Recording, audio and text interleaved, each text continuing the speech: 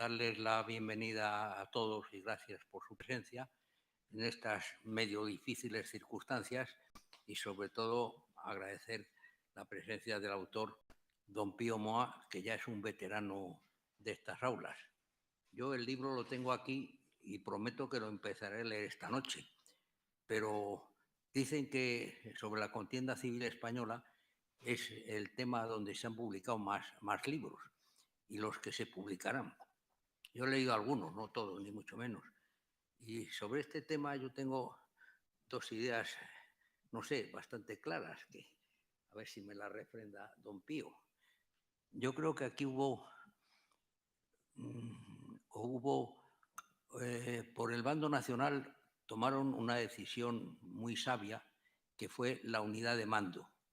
En la reunión del 23 de septiembre del 36, en un pabellón de la finca de Pérez Tabernero en Salamanca, se reunió la Junta de Defensa, presidida por su presidente, Cabanellas, que por cierto era masón, Cabanellas, Franco, Mola, el director, Varela, Yagüe, Quindelán, Ponte y no sé si había algún otro.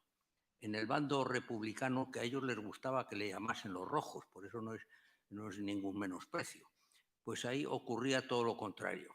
Había una serie de partidos, los republicanos llamemos auténticos, como era don Julián Besteiro, don Alejandro Lerroux, luego otros que ya eran más progresistas, como fue Alcalá Zamora, Prieto, el mismo Azaña, predominaban los anarquistas, pero con una mayoría casi absoluta.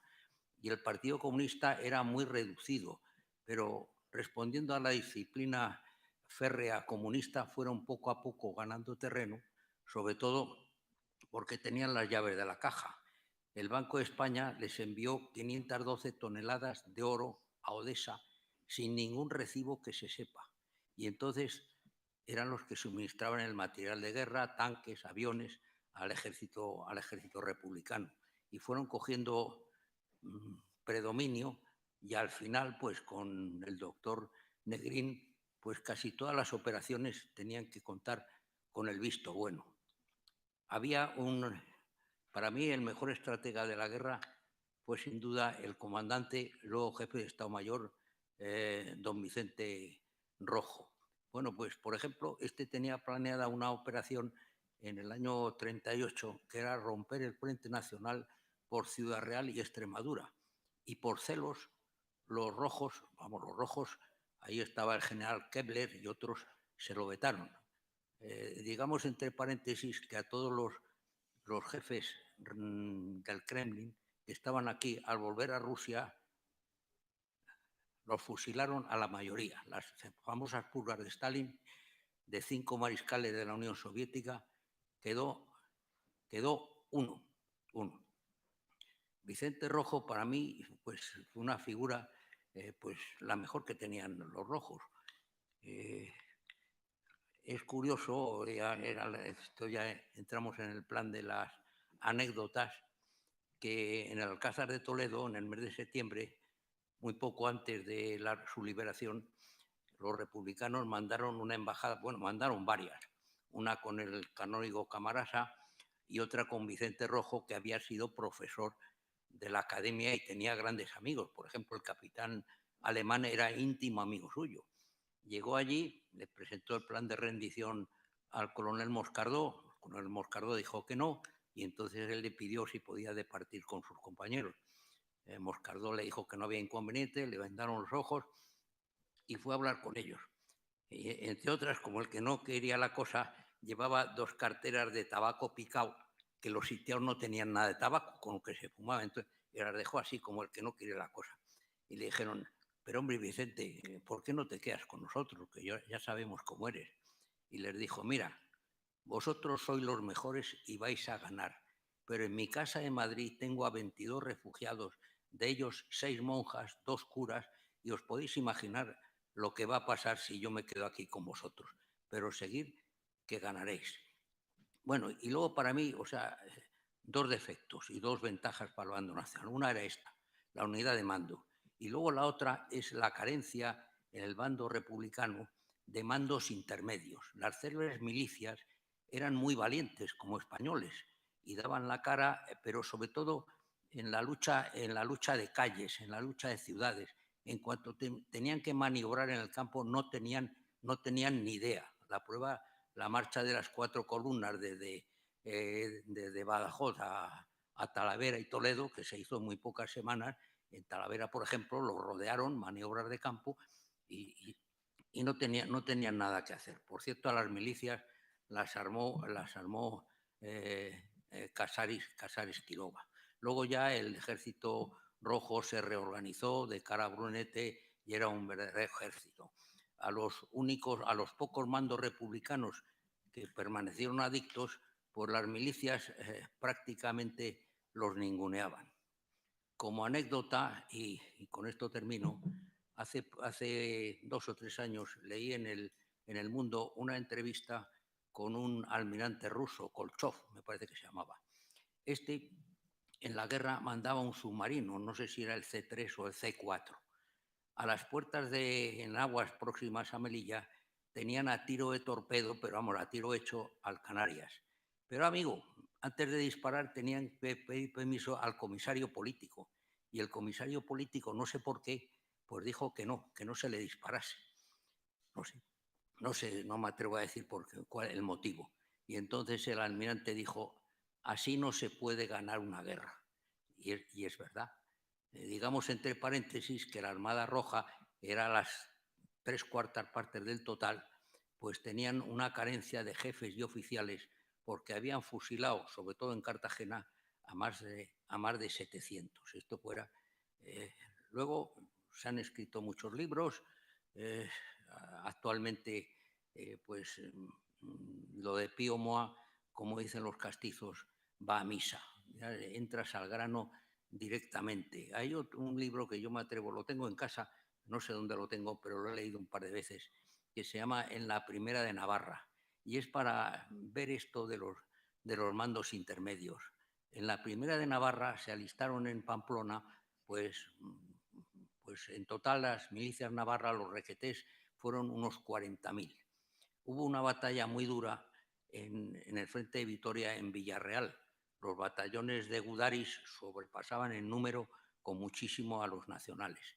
Entonces se acercó por allí Mola en visita de inspección antes de su fatal accidente y dijo al coronel: ¿qué hay, coronel? ¿Cómo va esto? Pues mire usted, mi general, pues estoy contento. Son unos muchachos de 20, 22 años que se juegan el tipo todos los días, con el famoso detente que llevaban aquí, que era una estampa del Sagrado Corazón que quería decir detente bala. Y dice: pero mire usted lo que me ha pasado el otro día. Pues que era San Fermín, que era en domingo o sábado. Y entonces, sin pedir permiso a nadie, una serie de alféreces y soldados habían fletado un autobús para irse al San Fermín de Pamplona, sin pedir permiso. Volvieron rigurosamente el domingo por la noche. Y decía el coronel: mi general, ¿qué es lo que podía hacer? Y no he hecho nada. No he hecho nada. Y dice: claro, son gente que se está jugando el tipo todos los días, con 20, 22 años, y era muy duro el arrestarlos. Y dijo Mola: pues ha hecho usted muy bien. Bueno, y no quiero... hay otra anécdota de esta, de la Primera de Navarra, que te refleja muy bien cómo era el espíritu entonces. En la batalla del Ebro, los rojos tenían unas posiciones prácticamente inexpugnables en la Sierra de Cabals, con unos búnkers, nidos de ametralladoras, y todo el que subía por allí pues lo segaban con las ametralladoras. Entonces García Baliño, que mandaba a la Primera de Navarra, que por cierto sus soldaditos le llamaban García Balazos, pues mandó a la Artillería Nacional, que la mandaba el general Martínez Campos, que fue la mayor concentración artillera que hubo en la guerra. Y entonces dio orden de que bombardeasen la subida al cerro, y bajo el fuego de las baterías nacionales subieron los requetés. Se puede imaginar el número de bajas. Y los que llegaron cogieron a los rogelios metidos en los búnkeres. Así se tomó la Sierra de Cabals.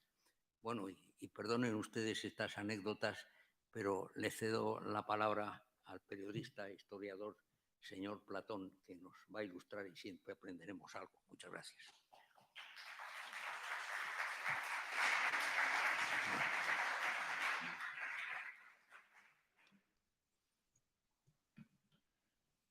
Muchas gracias. Buenas noches a todos. Normalmente es acostumbrado y sobre todo de buen tono agradecer la presencia de ustedes aquí esta noche, pero en los tiempos en que vivimos unas simples gracias serían muy poco, porque su gesto es heroico en un tiempo como el que vivimos. Así que no solo gracias, sino también mi reconocimiento, que seguro que comparte mi buen amigo Luis Pío Moa. La ventaja de las circunstancias tan originales que vivimos es que estos eventos pasan de ser una rutina a ser algo excepcional y en cierta medida inolvidable. Venir aquí entre montones de nieve, montones de hielo, no es precisamente lo habitual en esta ciudad.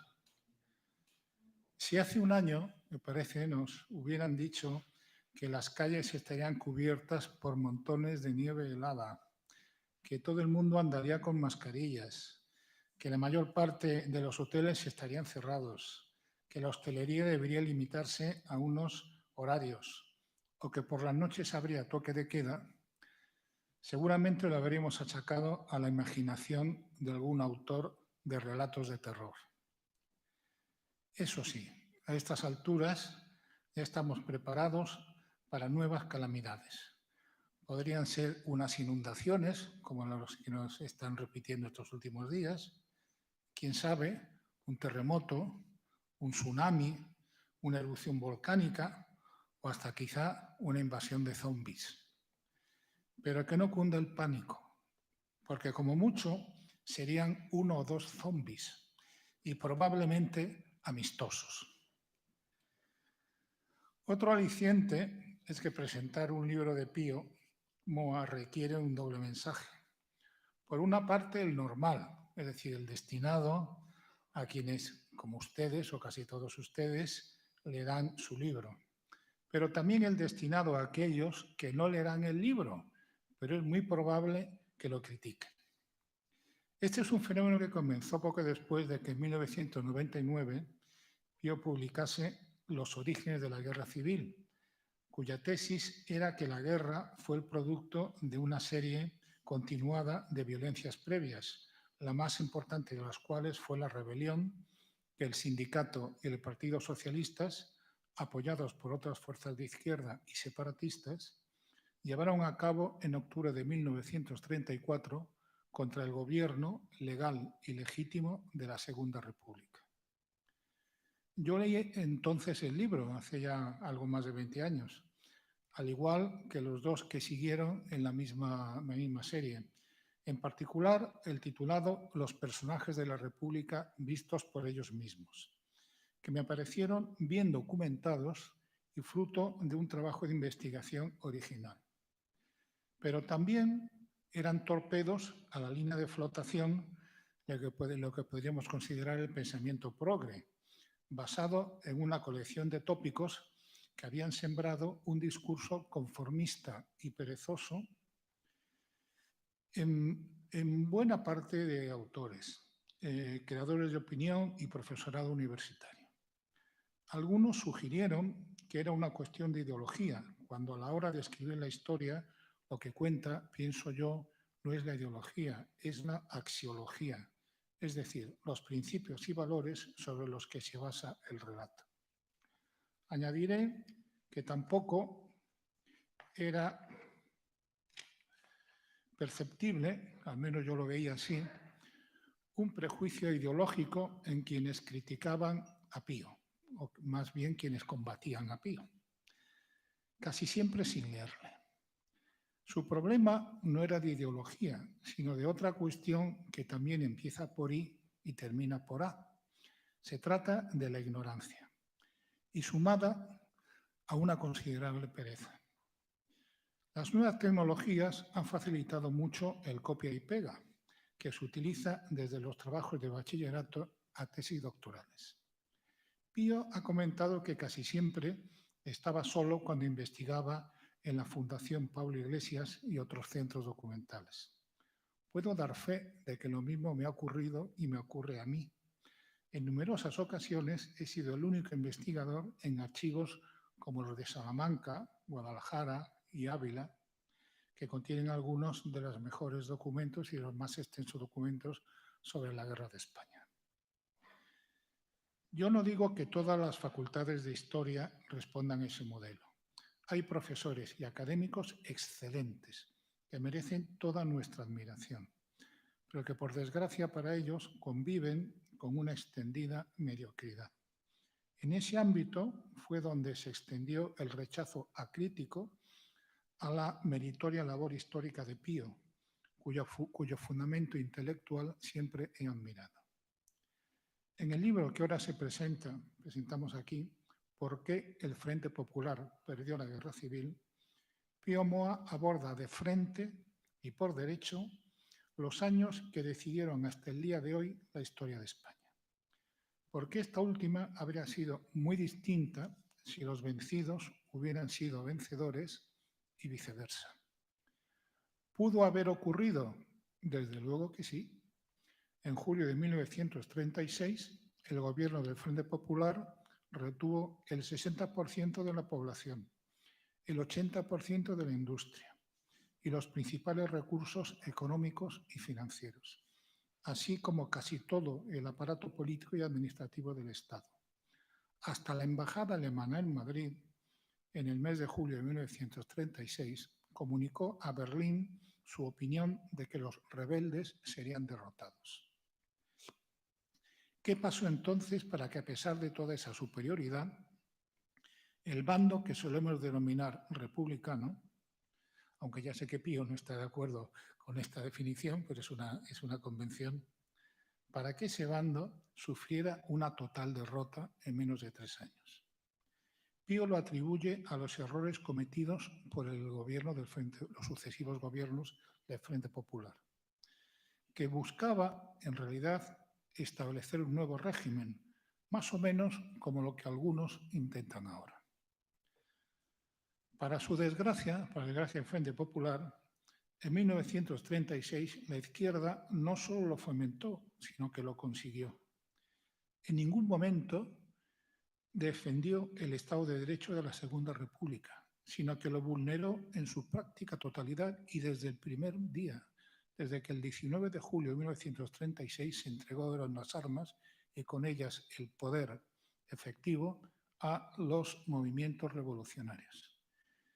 Decisión tomada por don Manuel Azaña a instancias del socialista Francisco Largo Caballero y en contra del criterio firme de Santiago Casares Quiroga.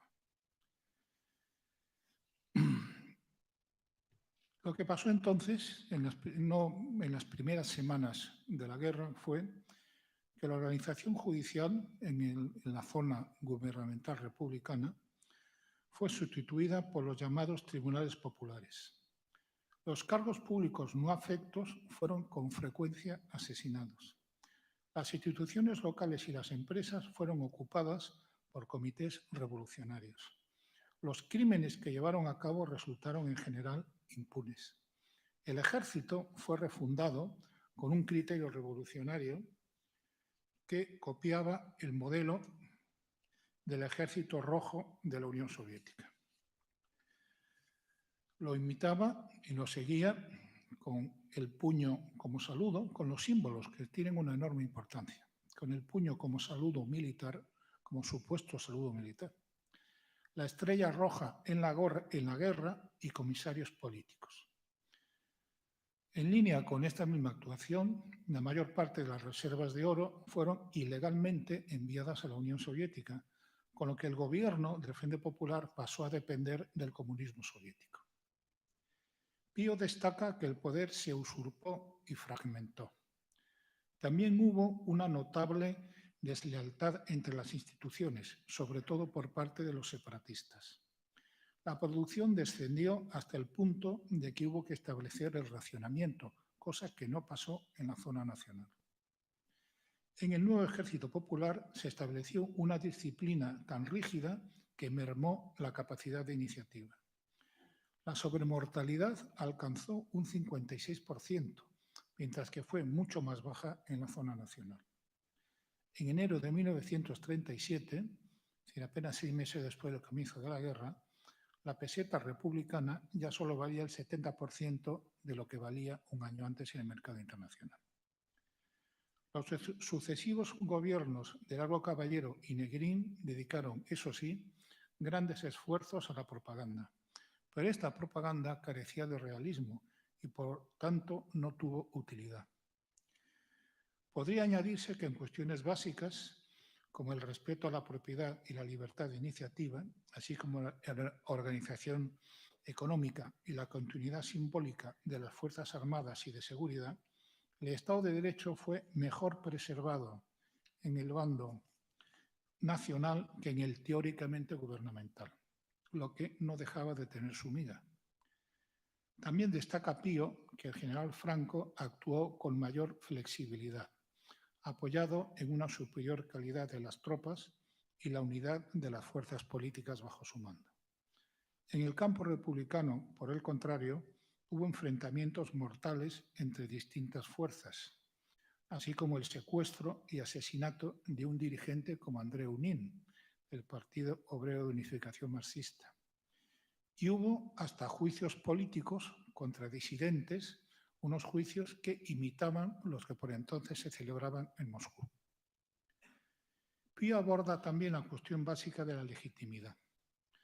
A partir de la llegada al poder del Frente Popular, en febrero de 1936, la legalidad se convirtió en una farsa, nos dice. Desde luego no fue nada democrático que en marzo de aquel año la mayoría parlamentaria de izquierda despojara de sus escaños a 11 diputados derechistas en la Comisión Parlamentaria de Actas, que en abril fuera destituido el presidente Alcalá Zamora por convocar las elecciones que ellos habían ganado, que en mayo se empleara la violencia para impedir la celebración pacífica de las elecciones parciales en Cuenca y Granada, que la censura de prensa estuviera vigente durante todo el periodo. ¿Es posible hablar de democracia con censura de prensa? O también, y al final de este proceso, que en julio el Gobierno y el Partido Socialista enmascarasen, entorpeciesen y encubriesen el secuestro y asesinato del diputado José Calvo Sotelo, líder del grupo parlamentario del Bloque Nacional. El hecho, escribe Pío, de que propagandísticamente se haya mantenido durante largos años y aún hoy por muchos la identificación del Frente Popular como una democracia legítima, ha obrado como un boomerang desprestigiando la idea democrática. Ello tiene consecuencias en nuestros días, como también subraya Pío. Es la historia la que define la realidad política y cultural de un pueblo, y su falsificación falsifica asimismo su política y cultura presentes. Y esto es todo por mi parte. Ahora viene lo importante, es decir, el turno de Pío. Muchas gracias.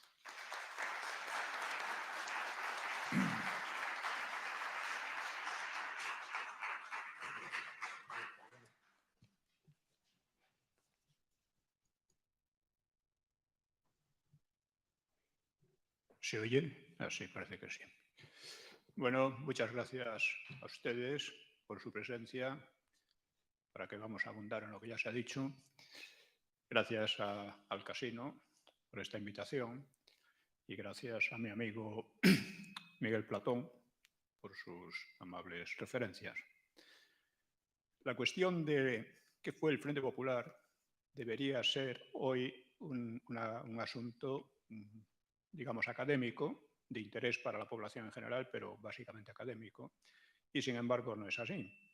Sigue teniendo una actualidad política máxima. La sigue teniendo porque hay un gobierno, unos partidos, unos políticos, unos periodistas que se identifican con el Frente Popular y quieren hacernos creer que aquello representaba la democracia y la libertad. En otras palabras, aquella historia de la República y el Frente Popular es completamente actual políticamente. Y como esta historia que ellos cuentan es falsa, y ellos lo saben, es importante tener eso en cuenta. Si no lo supieran, no habrían hecho la ley de memoria histórica ni la ley de que ahora llaman de memoria democrática para más intri, ¿no? Esta es una ley con la que pretenden hacer que los españoles se crean sus historietas y además amenazan a la libertad de expresión y la libertad de investigación de quienes no estamos de acuerdo y tratan de privar a los españoles de otras versiones.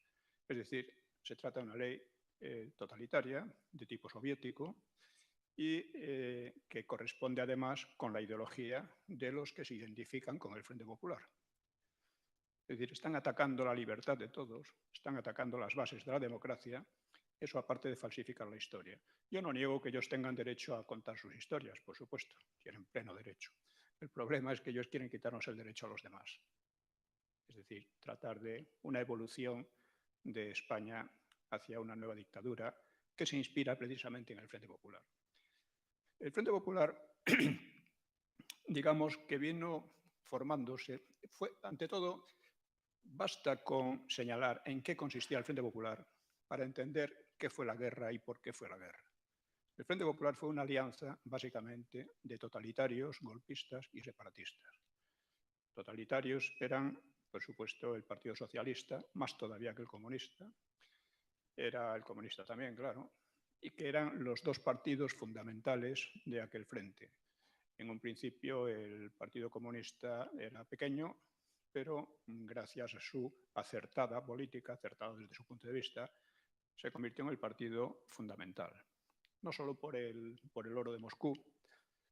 El oro de Moscú lo entregaron los socialistas, no los comunistas, sino porque además eran el único partido que tenía una estrategia que había sido elaborada en Moscú, por supuesto, pero que era muy inteligente. Los otros partidos, los otros grupos, desde Azaña y cualquiera otro, ¿no? Los anarquistas, etc., eran unos, no sé cómo decirlo, unos cantamañanas desde el punto de vista político y desde el punto de vista militar. Si no fuera por los comunistas, la guerra habría terminado en pocos meses. Pero, ya digo, los comunistas eran otra cosa. Vamos a decir que tenían otra madera.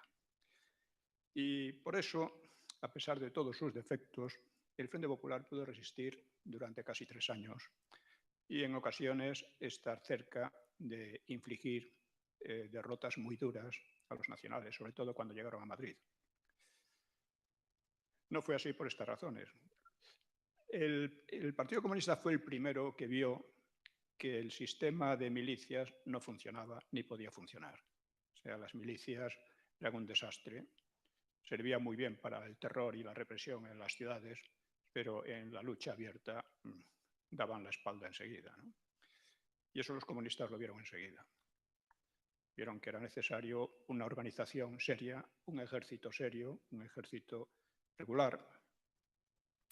Se dieron cuenta también de que esto solo podía funcionar si ellos tomaban el mando, y la estrategia comunista a lo largo de la guerra fue la misma de Franco en el otro bando. Digamos que los dos bandos tenían los mismos problemas políticos y militares. Tenían que reconstruir un Estado, que reconstruir un ejército, tenían que buscar ayuda fuera, ayuda a comprarla realmente, tenían que buscar apoyo internacional, hacer una política internacional. Todas estas cosas tuvieron que afrontarlas unos y otros. Lo que pasa es que Franco las afrontó mucho mejor. Por ejemplo, la cuestión del mando único, pues Franco lo resolvió muy pronto en una situación en que era peligrosa, porque en contra de lo que suele decir, el franquismo nunca fue un régimen de partido único. En el franquismo había lo que llamaban familias, que de hecho eran partidos. Estaban los carlistas, que se llevaban muy mal con los falangistas, por eso Franco impuso la unificación. Estaban los monárquicos, que eran una minoría, pero que tenían poder y que, por cierto, a lo largo de la Segunda Guerra Mundial estuvieron intrigando contra Franco todo lo que pudieron. Estaban el sector que venía de la CEDA, ligada al episcopado, y cada uno de ellos tenía una visión de España, de la política, etcétera, Y realmente meterlos un poco en vereda a todos era una cuestión complicada. Franco lo hizo muy bien, sin gran violencia y sin grandes problemas.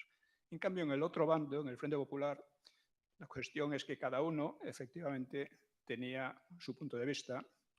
Los anarquistas querían lo suyo, los socialistas también, los comunistas, que, insisto, eran los únicos que tenían una verdadera estrategia militar y política. Y bueno, estaba Azaña representando a los republicanos de izquierda que hacían allí el papel de adorno. El propio Azaña se pasó a la guerra amenazando con dimitir, quejándose y llorando, eso se ve en sus diarios, porque realmente su papel era de comparsa y no podía ser de otra manera. No tenía fuerza. Él era un golpista también porque en el 33, cuando perdió las elecciones, intentó el golpe de Estado, apoyó la insurrección del 34 y, en fin, luego participó en las elecciones del 36. Las elecciones del 36 fueron muy curiosas porque fueron evidentemente fraudulentas. Hoy hay estudios detallados del asunto. Yo lo hice notar hace muchos años que no habían sido elecciones democráticas. El propio Azaña lo dice en sus memorias. Cuando a la hora del recuento de los votos dice los gobernadores civiles de Portela, que eran los encargados de velar por el escrutinio, pues escaparon y comenzaron los motines. En esas circunstancias no hay unas elecciones democráticas. Que luego fueron falseadas, pues lo han demostrado otros historiadores, en concreto, muy en concreto. Bien, insisto en que hay otro tema muy fundamental, que aquí se ha abordado de una manera en general poco aguda, y es la cuestión del oro enviado a Moscú. Lo importante del oro fue una decisión ilegal, desde luego, aunque en circunstancias de guerra se puede justificar ciertas ilegalidades. Y se ha discutido mucho sobre si los rusos estafaron. Yo creo que no estafaron en absoluto, que creo que incluso perdieron dinero, oro, porque su interés político era muy distinto. Se ha discutido sobre una serie de cuestiones así secundarias, pero la cuestión principal, la cuestión decisiva, es que al enviar el oro a Moscú, el Frente Popular quedaba completamente dominado por Moscú. Y no había alternativa. Y uno se pregunta, ¿cómo es que hicieron esto? Y que lo hicieron los socialistas. Bueno, estos se han tratado de disculpar siempre diciendo, claro, es que las democracias no nos hacían caso y tal y cual. Eso no es cierto, o es cierto solo a medias. El problema es que las democracias veían claramente la revolución demencial que se estaba produciendo aquí y no querían comprometerse con ella. Pero en cuanto al oro y al dinero, el dinero no tiene olor, como siempre se ha dicho. Y, por ejemplo, el Frente Popular negoció grandes cantidades de plata en USA, negoció parte del oro en Francia y, en fin. ¿Por qué lo mandaron a Moscú? Porque Largo Caballero, Negrín y Prieto en aquel momento, Moscú, o sea, la Unión Soviética era su ideal. Era el país del proletariado y ellos llevaban no sé cuántos años diciendo que querían montar en España una dictadura del proletariado como la de la Unión Soviética. En 1934 se sublevaron precisamente con ese objetivo. Bueno, pues este es el tema principal, porque cuando no se enfoca bien la historia, luego todo se convierte en un lío. Si empezamos por decir, por ejemplo, que el Frente Popular representaba la democracia, eso ya es una falsedad de tal calibre que todo lo que viene después pues es una sarta de falsedades, aunque pueda haber datos, siempre hay datos reales, pero en conjunto mal interpretados, mal relacionados unos con otros. Y esto es en gran parte lo que ha pasado en la historiografía y que ha sido aceptado por gran parte de la historiografía de derecha también. Una de las manifestaciones se ve en la terminología. Cuando se habla del bando republicano, el Frente Popular fue el que destruyó la legalidad republicana. La destruyó desde las elecciones fraudulentas del 36 e instaló inmediatamente un régimen de terror con cientos de asesinatos, cientos de incendios, o sea, un régimen de incendios y de crímenes, ¿no? Inmediatamente. Y el Frente Popular era además, como digo, una alianza de totalitarios y separatistas. En otras palabras, que el país estaba corriendo un riesgo gravísimo de disgregarse en pequeños estados que serían manipulados por otras potencias o en sovietizarse. Este dilema también perjudicó al Frente Popular desde el punto de vista militar. Los comunistas tuvieron que meter en vereda a los separatistas porque estos empezaron a sabotear, vamos a tratar de disgregar a España inmediatamente y claro, con eso estaban ayudando a Franco. O sea, de hecho, Franco podía estar muy contento con los separatistas porque, por poner un ejemplo, los separatistas vascos fueron los que le permitieron su primera victoria de masas en Santander. Hace poco, un historiador en un periódico vasco comentaba el hecho extraño de que la represión franquista sobre los separatistas vascos hubiera sido débil, en contra de todo lo que dice el PNV, que los franquistas se ensañaron con los pobres separatistas que no querían nada malo, ¿no?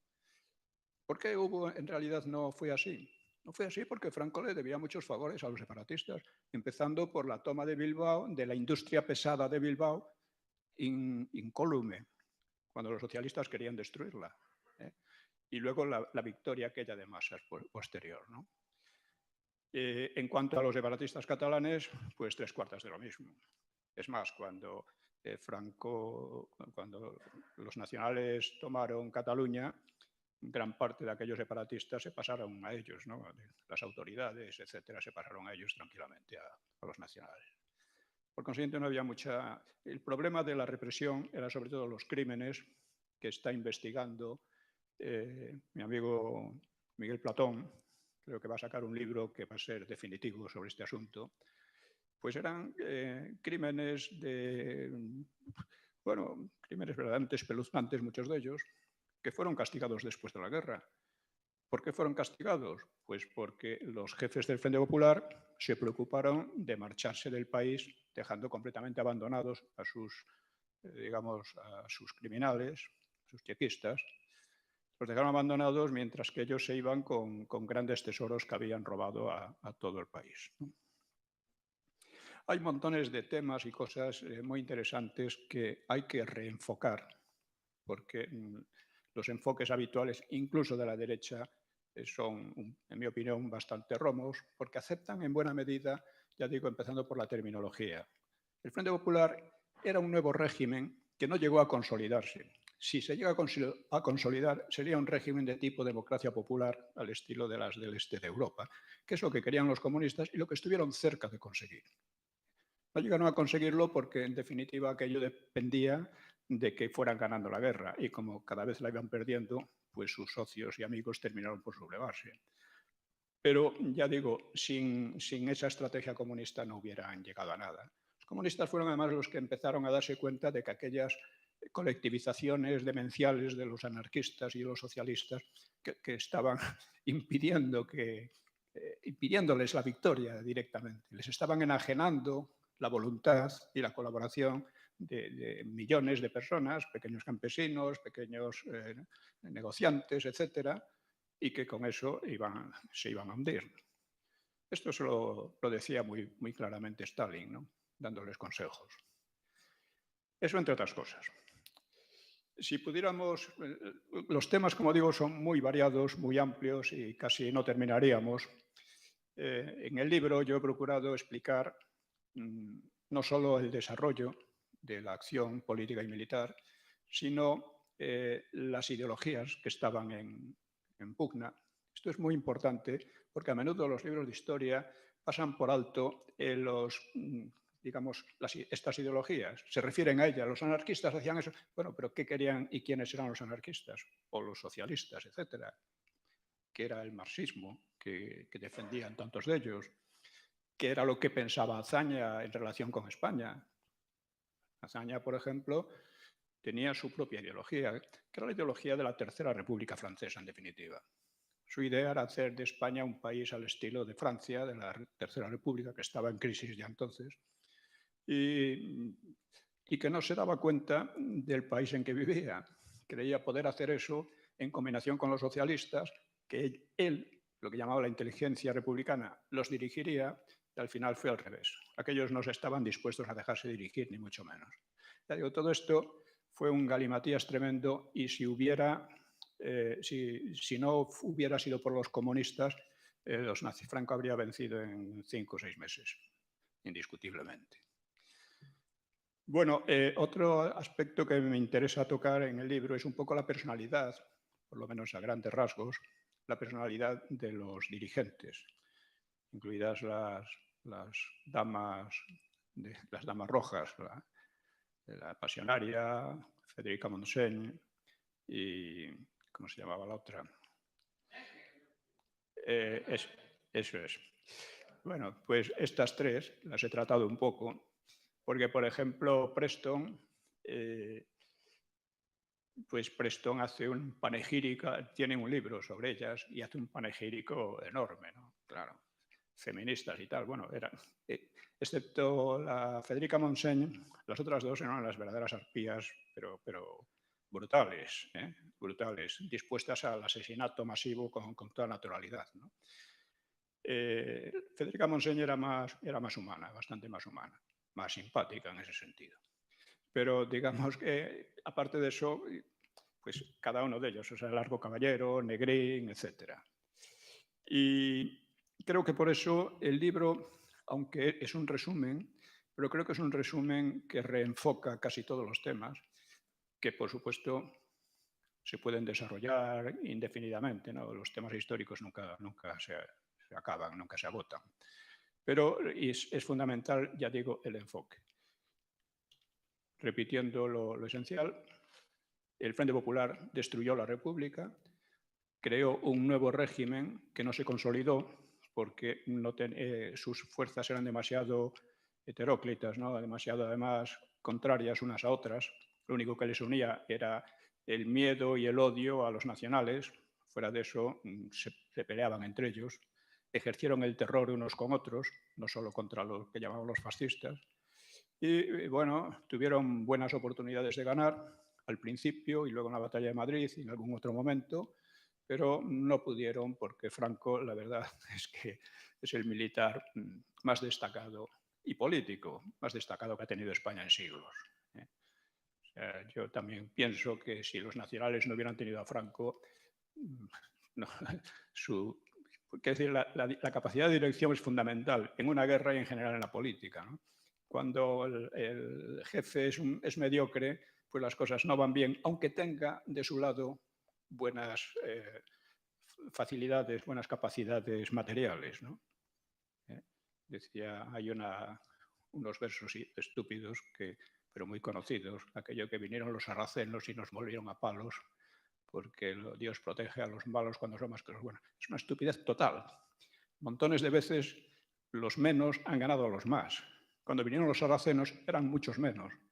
Y cuando empezaron a ser expulsados eran muchos más. O sea, pero son estas cosillas que dan lugar a explicaciones históricas un poco chuscas, pero que son muy frecuentes.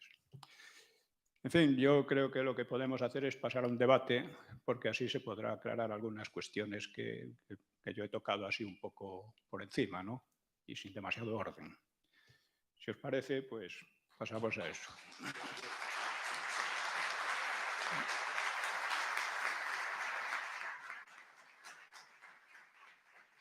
Bueno, pues después de esta lección de historia que nos ha dado don Pío, queda abierto el debate, como ha dicho él. Gracias.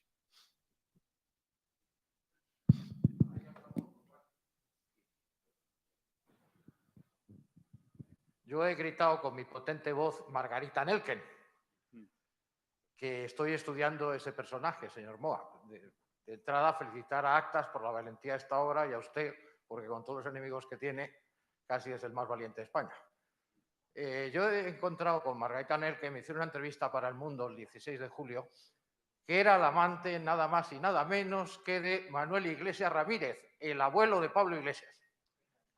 Y que le manda además, ella tenía 38, él 19 cuando se conocen, le manda a Mérida con la columna Margarita Nelken allí ante los regulares Tetuán tiene una derrota tremenda, va huyendo, en fin, no vamos a contarlo porque esto es una pregunta, huyendo en el último tren y de milagro no le matan. Entonces Margarita Nelken se enfada muchísimo con él, le manda fregaras, eso le salvó la vida y cambia de amante nada menos que José Rey, el asesino, el segundo asesino principal con Luis Cuenca de Calvo Sotelo. Como usted ha dicho, y ha comentado también mi amigo Miguel Platón, hay muchos personajes que no se estudian y en la universidad tenemos batallas tremendas, a mí muy fácil de ganar en cuanto doy datos, nombres y fechas, porque el problema es que los jóvenes no saben nada y se les está engañando y manipulando, y en las televisiones. Entonces, mi pregunta son dos aspectos. Uno, toda esta serie de asesinatos, espero que el señor Platón en su libro nos ilustre, y le doy un detalle clave. Cuando se lee el estado de guerra en Barcelona del general Batet, le asesinan al capitán Suárez Navarro, que está leyéndolo, un individuo por detrás que se ha ocultado esa historia y no era un individuo cualquiera, era el jefe de los mozos de escuadra, del trapero de aquella época, Pérez Farrás. Entonces, todas esas cosas la gente joven las desconoce, incluso profesores de universidad las desconocen. Y esta batalla mediática que hace años Sala Larrazábal, Martínez Bande ganaban fácilmente, ahora están pasando cosas muy extrañas que ustedes han dicho. Entonces, mi pregunta es sobre todo, por una parte, toda esta gente, las barbaridades que hicieron, que le hace más daño a Pablo Iglesias decir que 3 altos cargos de Franco declararon en favor de su abuelo que si su abuelo fuera un asesino. Fue un delator de los que asesinó al Marqués de San Fernando. Eso por una parte. Y por otra, termino diciendo una frase que dijo Stanley Payne, que es: en el momento que Franco, por medios aéreos y medios navales, de esto hemos hablado hace tiempo usted y yo, señor Platón, pone el ejército de África, ha ganado la guerra. Y dice más Stanley Payne, y lo hubiera ganado incluso aunque no hubieran participado los alemanes. Estas son las dos preguntas que yo le formulo. Yo creo que desde luego el paso del Estrecho fue fundamental, pero no para ganar la guerra. Pudo haberla perdido a pesar de todo, ¿no? Porque eran grupos muy pequeños los que pasaban. Lo que pasa es que eran muy buenos luchando. Sí, a lo largo de varios meses, hombre.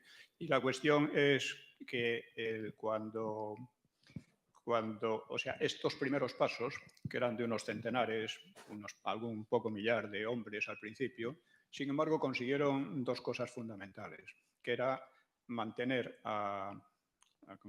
mantener Sevilla como con Queipo de Llano y asegurar aquella parte y emprender la marcha por Extremadura.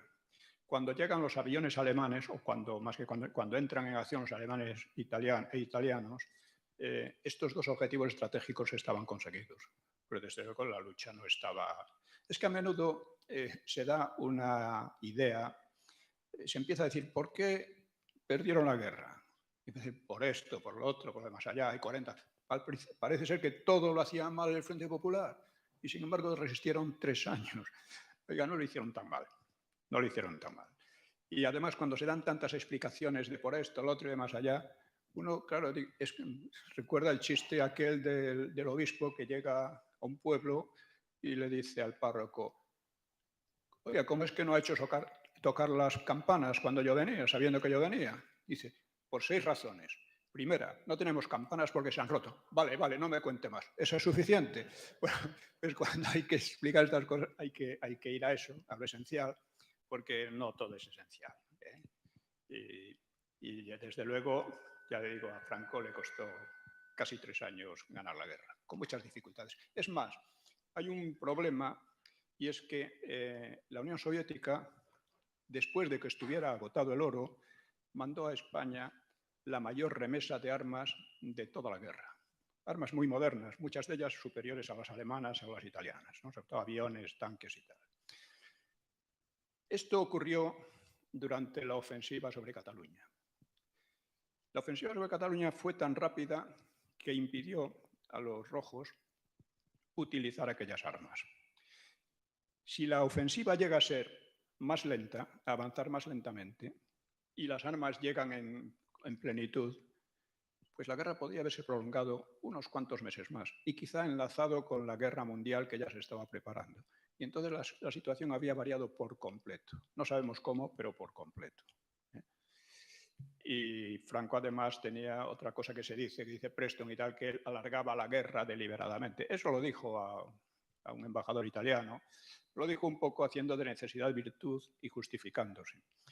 Él no podía ganar la guerra como quisiera porque tenía un enemigo que no era, en fin, no era tan fácil de vencer. Y es más, le convenía ganarla cuanto antes, que es lo que intentó cuando la marcha sobre Madrid, porque era muy consciente de que si intervenía Francia, que era lo que buscaba Negrín, si intervenía Francia, la guerra podía dar un giro muy fuerte. Y, en fin, esta es un poco la situación. O sea, no hay que decir que todo lo hacían mal los otros porque no es verdad.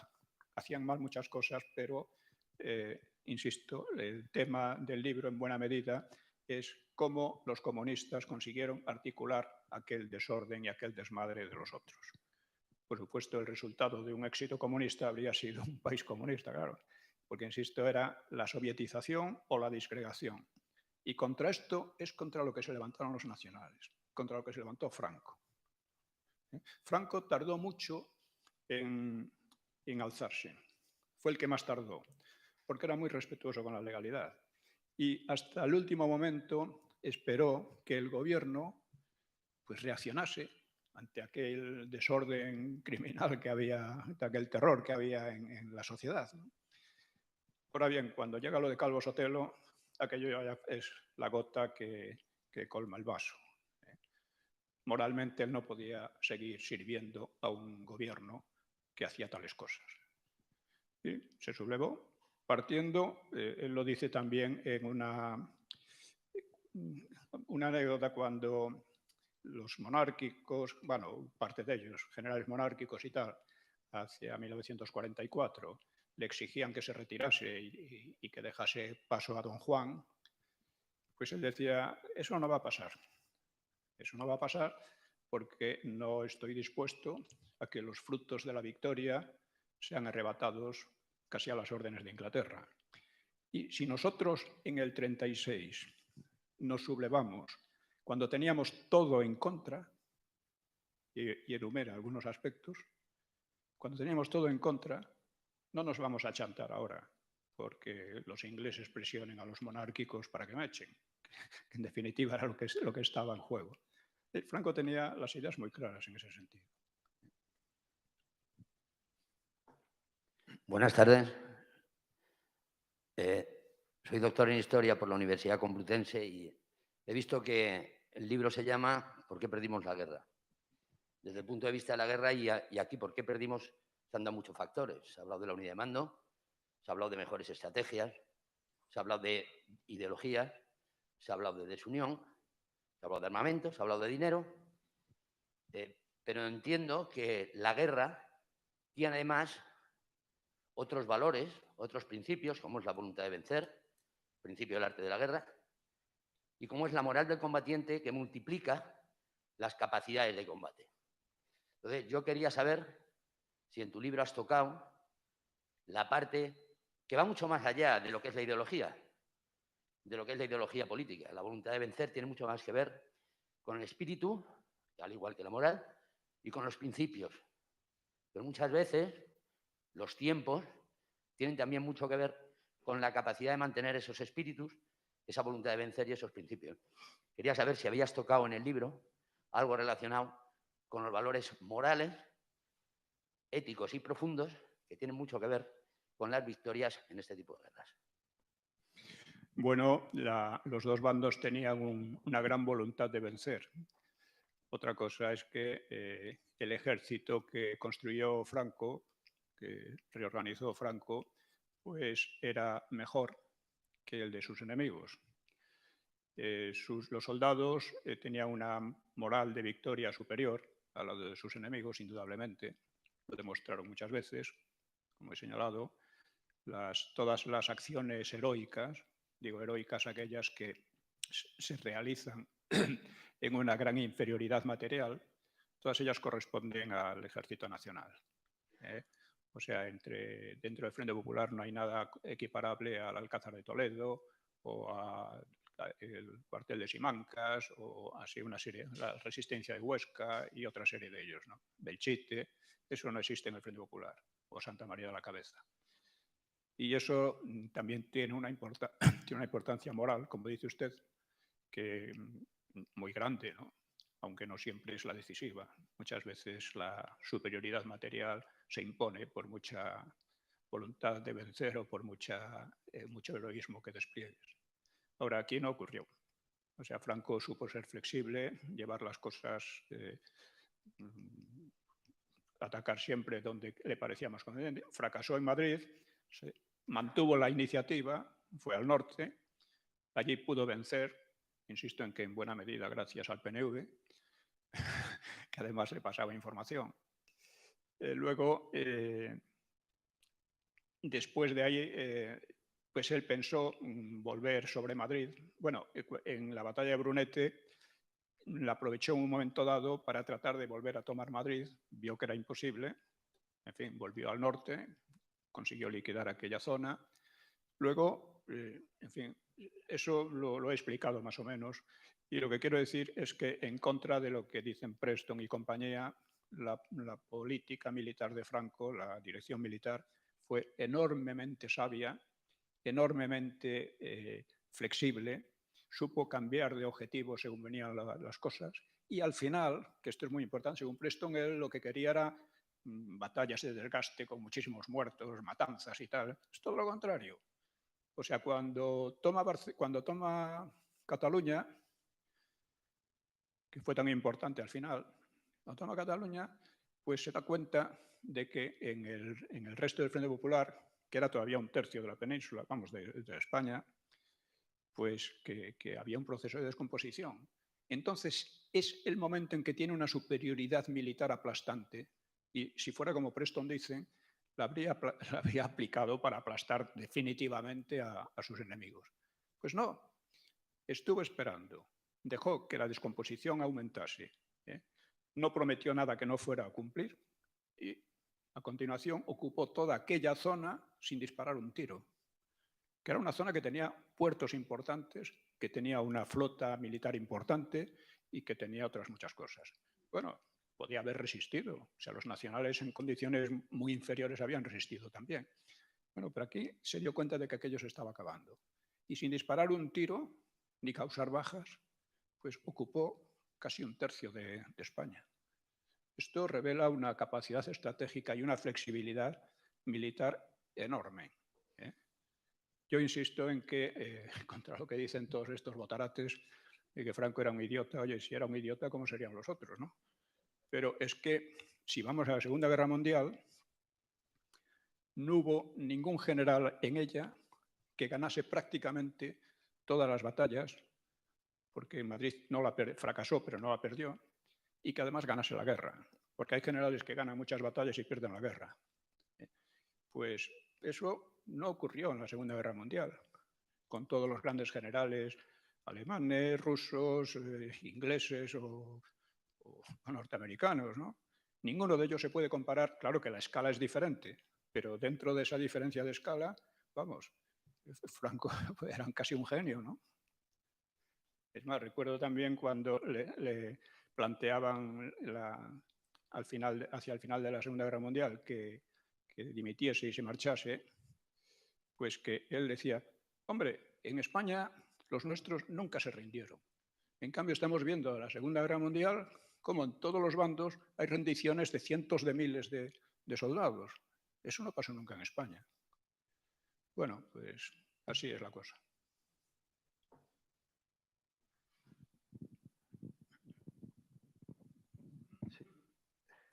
Buenas tardes. Agradecer desde luego el acto por razones que ya se han dicho y no voy a insistir. Y, hombre, yo creo que a Pío Moa sí que, si me permiten, previamente hay que decir algo de él. Creo que ha dado una demostración en 20 años o algo más de cómo se puede ser objetivo sin por ello ser neutral, lo cual tiene mérito, sobre todo porque hemos visto a muchos que no eran capaces de ser objetivos ni aun pretendiendo ser neutrales poniéndose intermedias. En ese contexto, y yo en la obra que sí que la he leído, sí que me gustaría plantear 2 o 3 cositas muy concretas.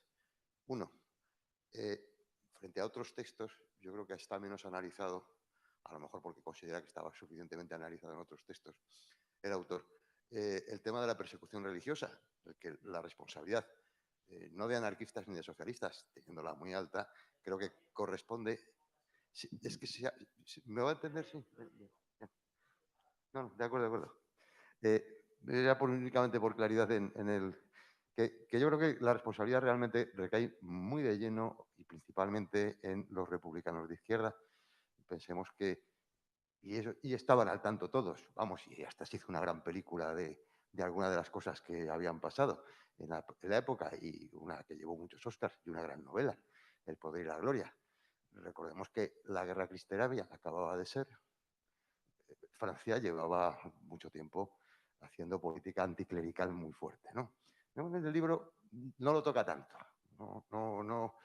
Y luego, yo creo que también hay un punto ahí que me parecería importante. No, se deduce perfectamente de la obra de Moa, pero que yo creo que quizás en esta obra que era de resumen se podría haber destacado poco más, no lo sé.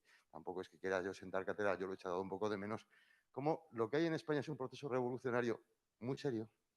Se hacen menciones que arranca bastante antes de la República, pero que alcanza su punto de ebullición justo en la República. Es decir, la República no fue un régimen, fue un proceso revolucionario, que en su momento estalla como no podía dejar de ser de otra manera.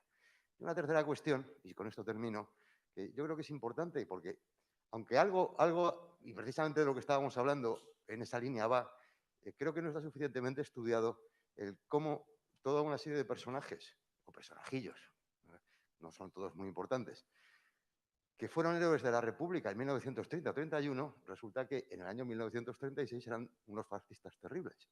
Queipo de Llano fue jefe de la Casa Militar de su excelencia el presidente de la República 5 años, no está mal. Sanjurjo fue el primer director general de la Guardia Civil de la República, tampoco está mal. Pero, por ejemplo, Muñoz Grandes, el de la División Azul luego, pues resulta que es exonerado de las responsabilidades que tenía serias en lo del cuartel de la montaña, porque, hombre, había sido el instructor de los de la Guardia de Asalto. Bueno, en fin, podríamos seguir con Aranda, Cabanellas y otros muchos, ¿no? Que dices, o sea, ¿qué había pasado? Alguien debería apuntar, que hay que explicar qué pasó, porque esos señores que eran, al parecer, nazis infiltrados desde los años 20, que no había nazis, eran héroes de la República en el año 30 y 31. Y, en fin, hay una que la habrán leído porque ha salido este año pasado, con profusión, precisamente esa famosa foto de la Puerta del Sol, en la que hay un militar ondeando la bandera republicana con gente en la calle, ¿no? Que ese pobre hombre parece ser que terminó asesinado en Paracuellos. Pues ese es un tema que yo creo que también convendría a lo mejor que, sobre todo quienes tratan más el tema y lo hacen con rigor y con objetividad, que insisto, como decía al principio, hombre, son puntos que yo creo que nos serían muy ilustrativos a todos y probablemente también muy clarificadores. Muchas gracias. Bueno, por supuesto, los temas podrían ampliarse y escribirse tomos y tomos, ¿no? Yo, por ejemplo, la persecución religiosa la traté en los mitos de la guerra civil y sin duda fue algo que no favoreció al Frente Popular. Pero en el libro, sobre todo, lo que he querido es mostrar cómo tenían el Frente Popular los mismos problemas que los nacionales, de organización del Estado, de reorganización de ellos mismos, del mando único entre ellos, etcétera, y cómo no pudieron conseguirlo, en gran parte porque los comunistas no lograron imponerse de manera total. Negrín, en una carta que cito a Stalin, se lo decía abiertamente. Hoy por hoy no podemos ajustar las cuentas a nuestros aliados porque que nos están fastidiando completamente, ¿no? Pero ya llegará el momento. Lo que pasa es que el momento no llegó. En cuanto a... ¿Qué otro tema ha dicho usted? Bueno, la evolución de... Sí.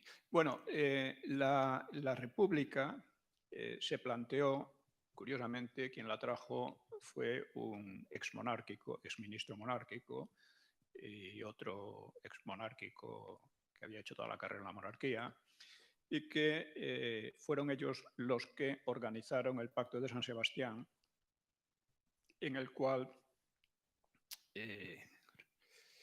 pues estaban todos. Es decir, ellos creyeron que todos aquellos grupos anarquistas, socialistas, etcétera, pues que se habían, por así decir, civilizado en alguna medida. Los socialistas habían colaborado con la dictadura de Primo de Rivera. Entonces sería posible hacer lo que él llamaba una república no epiléptica. Y en eso estaban muchos más, porque los monárquicos se puede decir que se suicidaron. Eso lo dice Maura y es clarísimo, ¿no? Se suicidaron porque no tenían conciencia de legitimidad. No se consideraban legítimos. Los intelectuales estaban contra ella, todos estaban contra ella, sobre todo después de la dictadura de Primo de Rivera. Y entonces, pues, ya digo, pareció por un momento que la república podía funcionar como una república normal, una democracia normal, civilizada, dentro de lo posible. Esto ya empezó a venirse abajo con la quema de conventos y después con todo lo que sucedió. Sin embargo, hubo otro momento en que la república pudo consolidarse como un régimen democrático y fue con la derrota de los que se sublevaron en Asturias, bueno, en Asturias, en toda España, pero sobre todo en Asturias y en Cataluña en octubre del 34. Una vez derrotados, la cosa pudo ir, pudo funcionar, si se hubiera aplicado una represión debida, claro. No se hizo y las cosas fueron lo que fueron. Es decir, que no estaba predeterminado que la República terminara tan mal como terminó. Tuvo, por lo menos, una ocasión importante de consolidarse, de establecer un Estado de Derecho real, de cambiar un poco la Constitución. Todo eso lo tuvo. No ocurrió, bueno, pero es importante saber que no estaba predeterminado desde el principio. O sea, yo no lo consideraría un proceso revolucionario desde el principio, ¿no? Al principio se planteó de otra manera. Bueno, la evolución de estos personajes. Bueno, Sanjurjo fue absolutamente fundamental para la llegada de la República. Sanjurjo era el jefe de la Guardia Civil que se negó a utilizar la Guardia Civil cuando empezaron los motines republicanos y se puso enseguida a la disposición del Comité Revolucionario. Eso fue lo que determinó la caída de la República. Claro, él no pensaba en una república como la que luego fue. No pensaba que Azaña y los demás, el Prieto, Largo Caballero, se iban a radicalizar y a hacer cosas extrañas. Insisto en lo de los socialistas porque los socialistas eran el partido más importante, mejor organizado y más fuerte. Y aquí que habían colaborado con Primo de Rivera. Es decir, se habían convertido en un partido como podía ser cualquier otro partido socialdemócrata europeo, o eso parecía. Resultó que no era así. Bueno, pues todas estas cosas hicieron que la República naufragase, que se crease el Frente Popular. El Frente Popular vamos a ver, tiene una genealogía muy larga. En la huelga revolucionaria de 1917 ya hay una especie de Frente Popular. Allí colaboran separatistas, anarquistas, socialistas y republicanos de izquierda. Colaboran todos. De una manera un poco desorganizada, pero así es. Llega la República y se va formando lo mismo.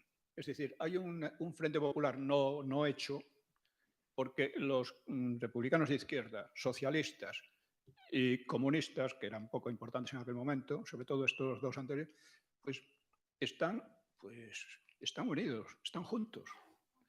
Y cuando llega la del 34, están juntos. Y eso toma fuerza con la coalición republicana de izquierdas, que es en principio lo que plantean Prieto y Azaña cuando crean la conjunción que va a presentarse a las elecciones del 36. Lo crean entonces y, sin embargo, al mismo tiempo los comunistas habían establecido la estrategia de los frentes populares en el 7º Congreso de la Comintern. Bueno, al final lo que intentan Prieto y Azaña se convierte en lo que querían los comunistas, en el Frente Popular. Ese Frente Popular era la unidad de separatistas, totalitarios y golpistas. Es lo que fue todo el tiempo. Y eso venía de muy atrás. Es muy interesante exponer por qué esto se ha producido. Para ellos había un enemigo que era España, la idea de España, la España tradicional, la España histórica y cultural, la querían destruir. El propio Azaña lo dice. O sea, quiero demoler, tiene que haber un proceso de demolición de aquella España. Es más, él llega a creer que España hasta entonces no había existido propiamente, que era una especie de engendro que había por ahí, lo que decía también Ortega, una historia enferma, una historia anormal, etcétera, etcétera, ¿no? Eso lo creían. Y Azaña llega a escribir en sus diarios que quizá por primera vez él consiga crear España. O sea, es alucinante, ¿no? Pero todos ellos en eso estaban de acuerdo. Y en destruir la Iglesia Católica también. Eran los dos puntos en que estaban de acuerdo. Todo lo demás podían matarse entre ellos, pero ahí estaban de acuerdo. Y ese es el Frente Popular. Y la guerra, en definitiva, fue la lucha entre los que querían esas cosas y los que querían impedirlo. Eso fue. Hay una frase de Azaña que es muy significativa. Hay dos, la he comentado en mi blog, las dos porque merecen la pena. Durante la guerra dice, lo que me ha dado un hachazo en lo más íntimo de mi alma ha sido el comprobar cómo la idea nacional no interesa a nadie. A qué pocos nos interesa. Incluso en la guerra, que debía haber servido para unificarnos, cada uno va por su lado. Bueno, es que esto era lo que pasaba efectivamente. Y lo que había creado una propaganda brutal, sobre todo desde el desastre del 98, y que eso va desarrollándose y termina como termina.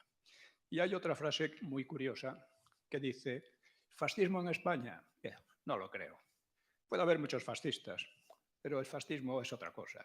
Aquí lo único que puede haber era, como dice, es sables, casullas, desfiles militares y homenajes a la Virgen del Pilar. Por esa parte el país no da para más. Luego se demostró que el país dio para muchísimo más, pero eso era parte del asunto. Y era un poco la visión que ellos tenían de España, de la España tradicional. Decía que el Imperio Español había sido, lo define como un reino de mendigos y de frailes, una cosa así. No me acuerdo cuál era la frase en concreto, pero más o menos era. Esa idea la tenían todos ellos. Era una idea histórica falsa.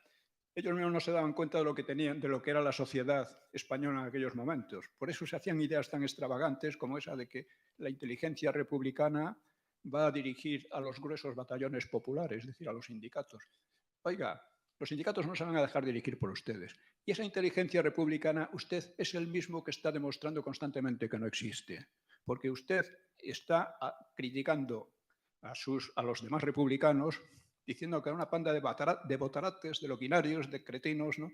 Lo dice constantemente en sus...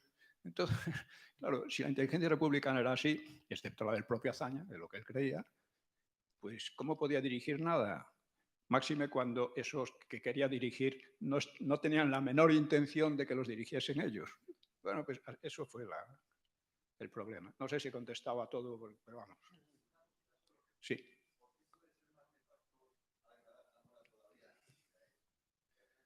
Esa es mi opinión, que no comparte mi amigo Miguel Platón, pero es mi opinión. Como digo, cuando es derrotada la insurrección del 34,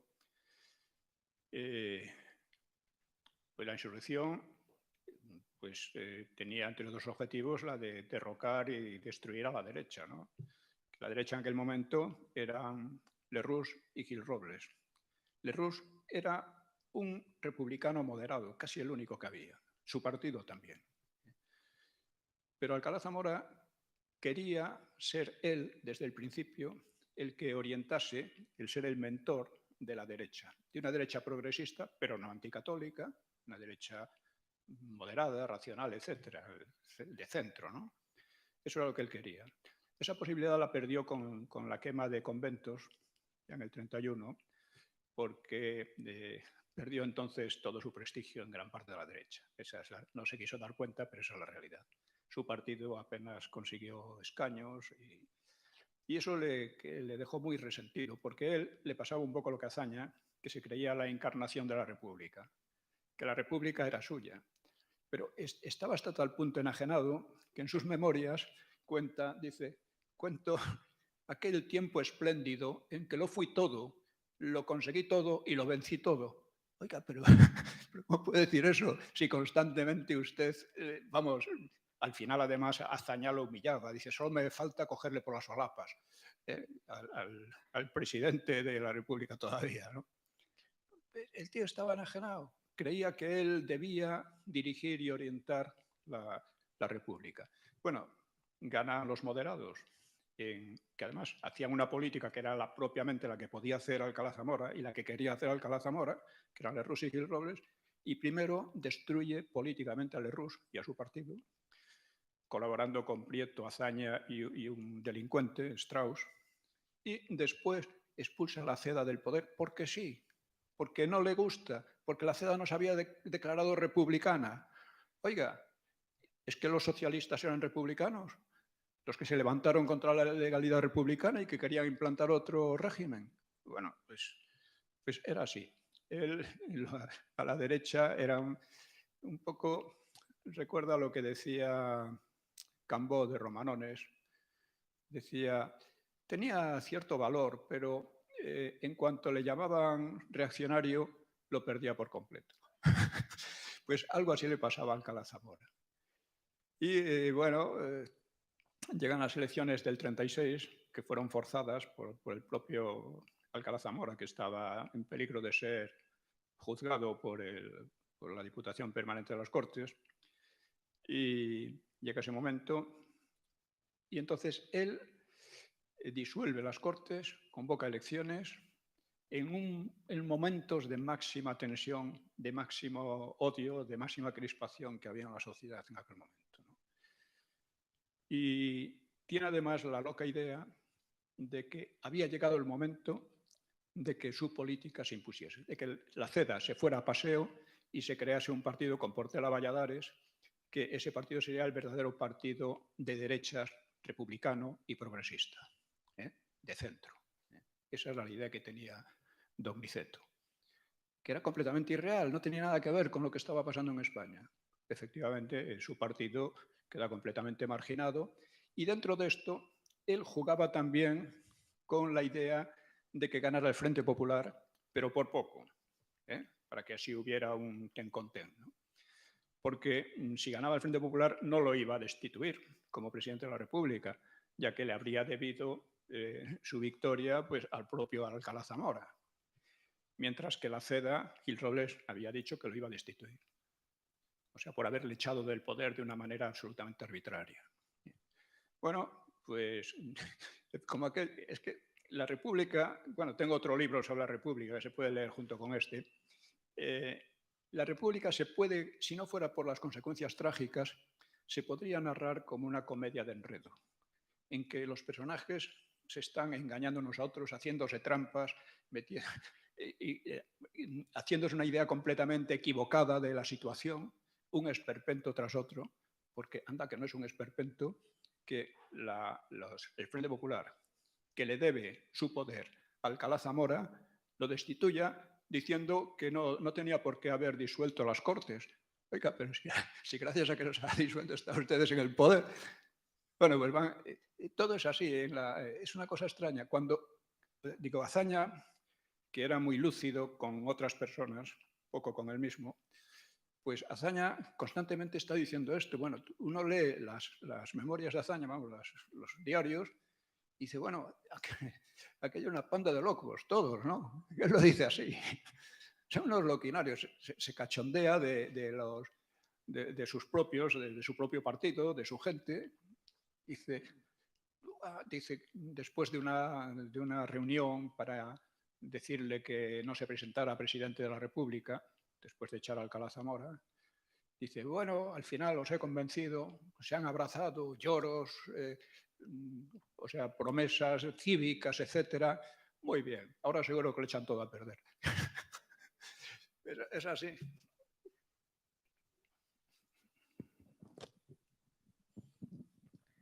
Buenas tardes. Soy Jesús Aiz y ya está. pero me une una relación familiar con Gerardo Ródenas y su hermano Manolo, inolvidable compañero y más cosas. Al profesor Platón le quiero manifestar mi agradecimiento y admiración, y a Pío Navarro, a Pío Moa, que nos conocemos hace tiempo lo mismo, y agradecimiento por tu valor y demás. Después de oír tanta pregunta inteligente y tanta respuesta inteligente, me da apuro decir lo que voy a decir, porque no tiene demasiado que ver con el estricto planteamiento de este libro. Parto de una pregunta, que es que muchos de nosotros nos hemos preguntado en nuestras familias, lo hemos oído de pequeños, ¿cómo es posible que Menganito o Fulanito fuera rojo? ¿Cómo es posible que, conociendo las purgas estalinistas, ¿verdad? Para que no, antes de aquí, y conociendo las violaciones de monjas, y conociendo, ¿cómo es posible que estos hidalgos de Cisneros, Moras, Mauras y demás anduvieran en un mundo? En definitiva, mi pregunta es, por razones también de formación mía, que no hace aquí al caso, es casi de tipo filosófico, ¿no? Es decir, ¿cómo es el tema de la clase, ¿no? Que aminora un poco el concepto de la guerra de buenos y malos. ¿Cómo es que entre los buenos estaban gente nuestra, familia nuestra? Gentes de orden, que se decía, ¿no? ¿Cómo es posible? Entonces eso me he preguntado siempre si un estudio de esa influencia de la supuesta clase o pertenencia a una clase social tenía dentro de la guerra civil, porque todas las excepciones que conocemos, ¿qué interés podía tener estudiarlo? Me he leído muchas memorias, mucha gente se ha justificado, pero creo que el tema trasciende la mera justificación personal. Peleas con un primo por una finca, etcétera, etcétera. Creo que el tema es más profundo. Perdón por meterme donde no me llaman, pero es que es distinto el tema. Gracias. Bueno, yo cuando llega la monarquía, pues se ve muy claramente. La monarquía se suicidó de muchas maneras. Una de ellas fue el propio Alfonso XIII. Alfonso XIII había facilitado la llegada de la dictadura de Primo de Rivera. Una dictadura que duró pocos años, que era muy liberal, una dictadura muy liberal, y que solucionó los cánceres que estaban corroyendo a la monarquía.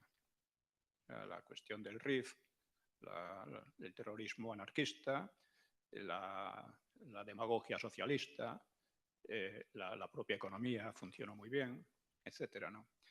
Bueno, pues como todo el mundo, empezando por Ortega y tal, decían verdaderas estupideces sobre Primo de Rivera, verdaderas estupideces. Oiga, pero usted no tiene en cuenta lo que ha hecho este señor, que ha impedido que se hundiera todo aquello. Bueno, pues no. Entonces, la monarquía, en ese momento, Alfonso XIII empieza a contar que él no había estado con Primo de Rivera, que lo había soportado, lo había tenido que sufrir y tal, ¿no? Eso a gente como Sanjurjo, claro, le dolió muchísimo. En ese momento, mucha gente que eran monárquicos empezaron ya a derivar en otra dirección. Es decir, preferible una república que este cachondeo, ¿no? Y después, muchos de ellos, pues claro, es que hay cosas como el marxismo, es una teoría muy fuerte, muy fuerte. Me refiero que es muy explicativa. Una vez aceptas ciertas premisas, es además muy lógica y muy coherente. Y eso a mucha gente pues le ha subyugado, le ha parecido muy bien, gente de derecha, gente... Bueno, el marxismo se ha desarrollado entre medios burgueses y sobre todo intelectuales de una manera tremenda, ¿no? Y es por esa capacidad explicativa que tiene. Y explicativa y además que incita a la acción, que es lo que mucha gente quiere. Luego, el desprestigio no solo de la monarquía, sino en general para mucha gente, incluso de orden, pues se extendió tanto que pensaron, bueno, sí, Osorio y Gallardo y gente por el estilo, ¿no? Bueno, sí, está habiendo muchos crímenes, mucho desorden, mucho tal, pero es que las revoluciones son así. Y todo esto que había en España antes estaba podrido. Entonces no hay más remedio, es como la Revolución Francesa. La visión general es que sí, sus crímenes fueron tremendos, pero era necesario para acabar con un régimen que era ya anacrónico, que no tenía razón de ser y tal. Y que las revoluciones se hacen así, lo decía Margarita Nelken. Decía, las revoluciones se hacen con sangre. Y creo que dijo también, y hemos perdido porque no hemos derramado bastante sangre. Pero estas cosas cunden en muchos medios, muy diversos. Luego hay también el aspecto personal, de la trayectoria personal de cada uno, de los agravios que tenga. Ahí entran muchas cosas. Pero desde un punto de vista más general hay que tener en cuenta lo que es la ideología, lo que es la impresión de que aquel mundo, aquella España, estaba podrida y tenía que hundirse, aunque fuera entre sangre. Pues eso cundió entre muchísima gente.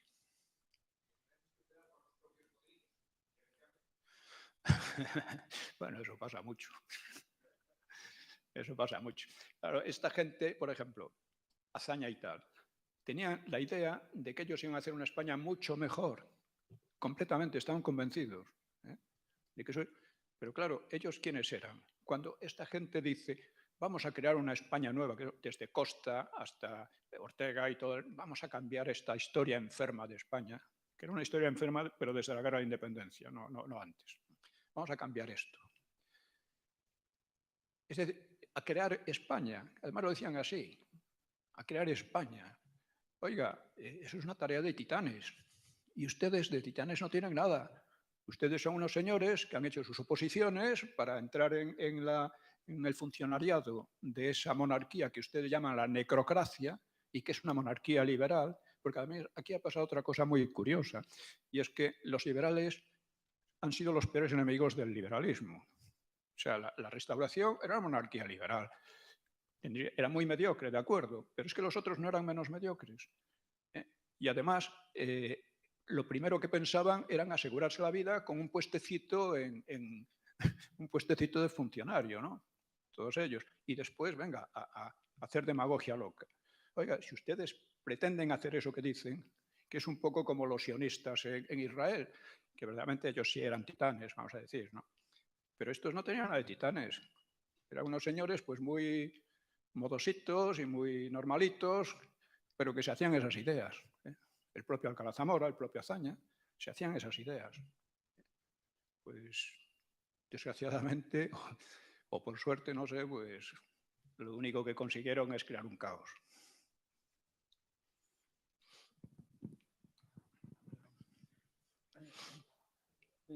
Ay, perdón. Matías Díaz Padrón.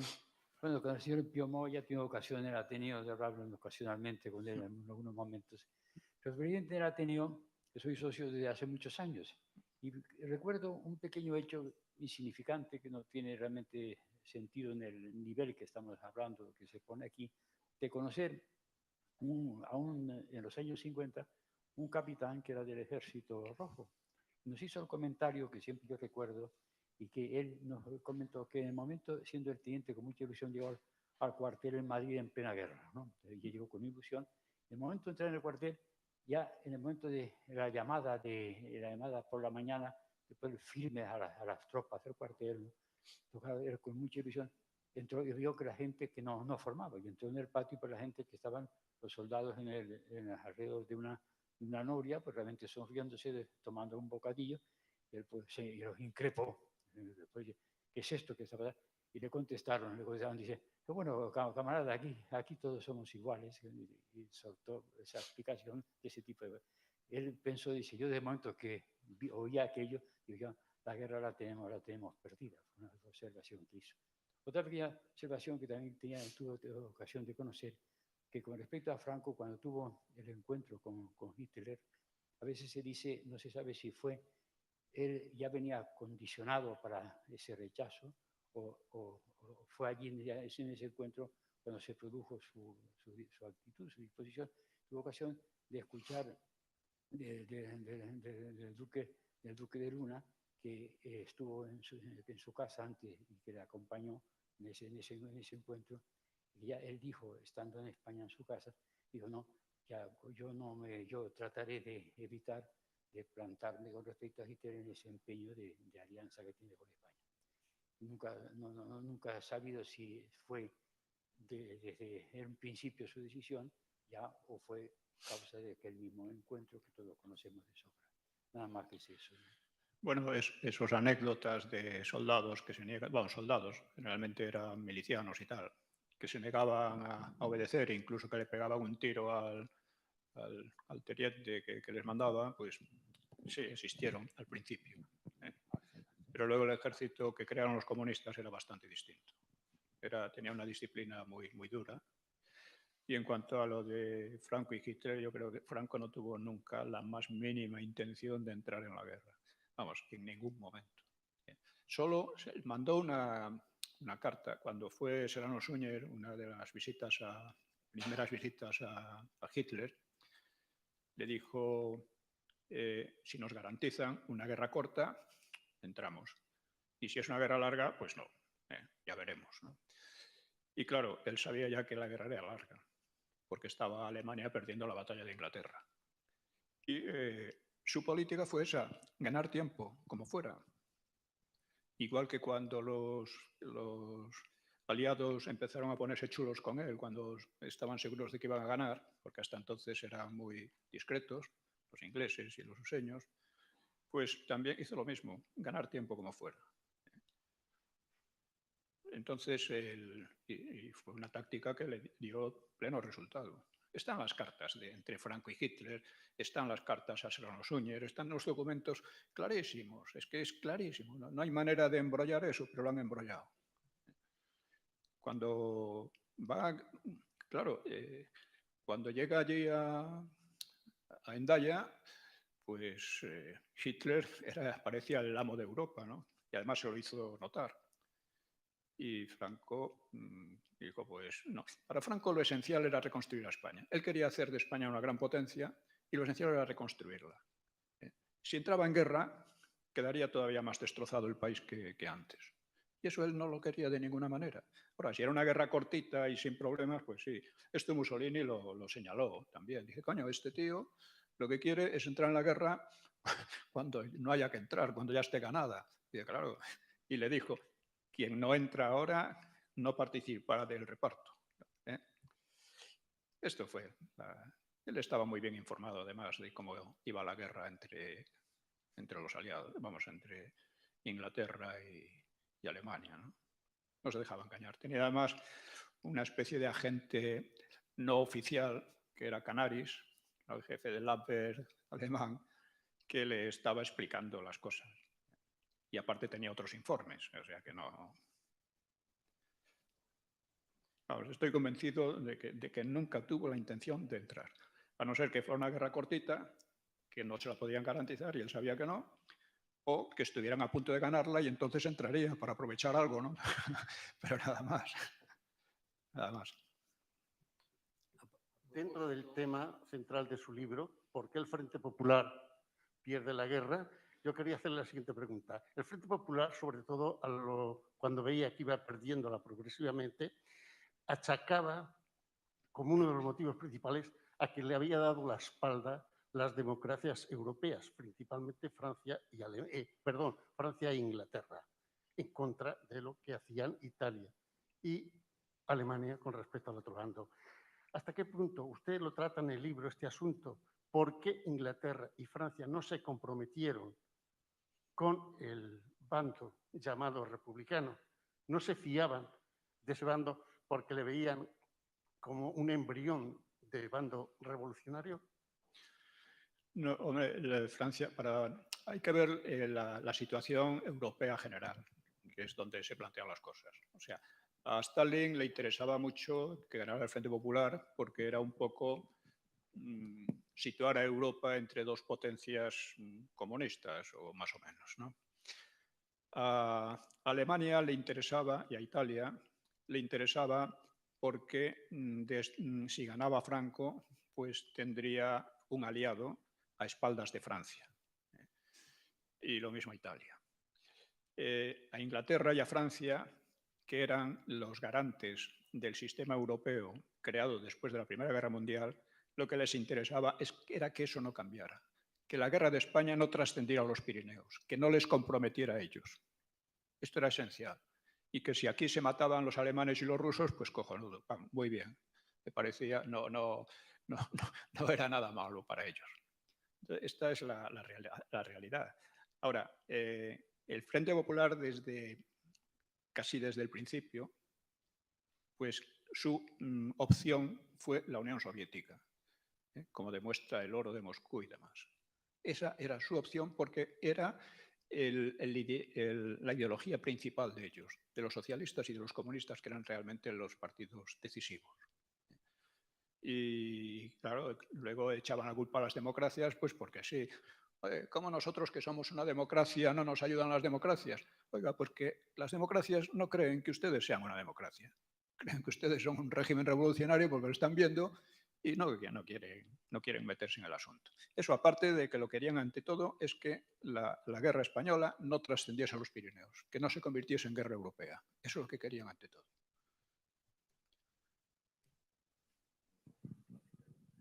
Bueno. Sí, buenas tardes. Preguntas más, porque si no este tema, vamos, yo creo que el periodo más complicado de la historia de España son esos 7 u 8 años que transcurren desde la República hasta la terminación de la guerra. Hay que estudiar mucho, como estos compañeros de mesa, para entender un poco.